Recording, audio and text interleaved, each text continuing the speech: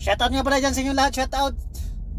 Maraming salamat sa mga bago kong followers, sa mga nag-follow sa akin. Maraming salamat po sa inyong lahat. Sana po ay wag po kayong magsawa sa aking pagmumukha nito. Yung aking pagmumukha guys nga wala dito, wala doon. Welcome po sa aking channel. Sana po ay wag po kayong magsawang manonood, mag-like at mag-comment. At babalikan ko po kayo guys. Okay? So, dito pala tayo ngayon sa sa highway. Grabe, napaka-traffic. Napaka-traffic ngayon guys. Ewan ko kung bakit, baka may aksidente. So, palabas na tayo ng tunnel. So, ngayon, dito ako ngayon sa tunnel. So, papalabas na tayo. Ay, sa mga hindi pa nakano dyan na lang guys, para susundan ko kayo.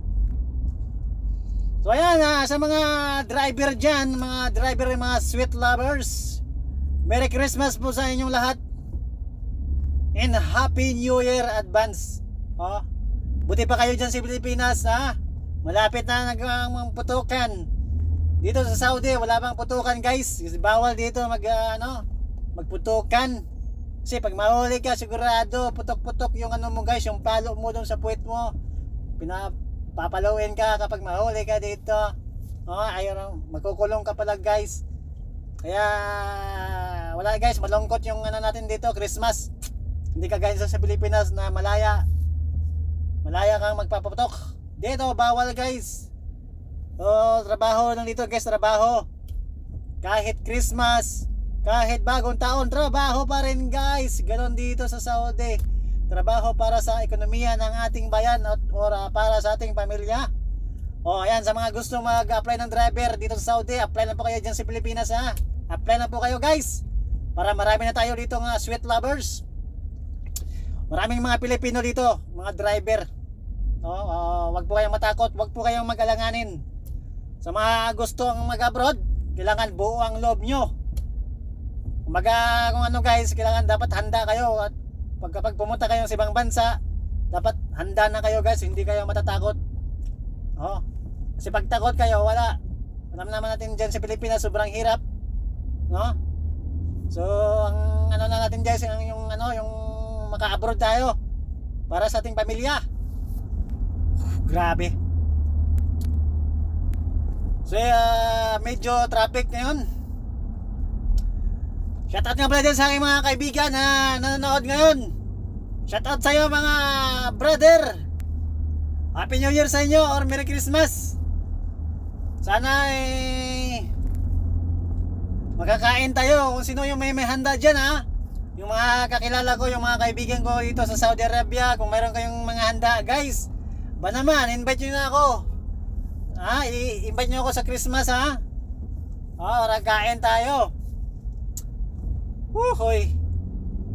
Grabe, sobrang lamig na ngayon. Napakalamig na ngayon guys. So sabi ng boss ko, sa darating na araw mas malamig pa daw. 0%. Grabe. Alam mo, grabe yan, 0%. Sobrang lamig na yan. Maninigas na yung mga mo dyan, panga mo, mga kamay mo dyan.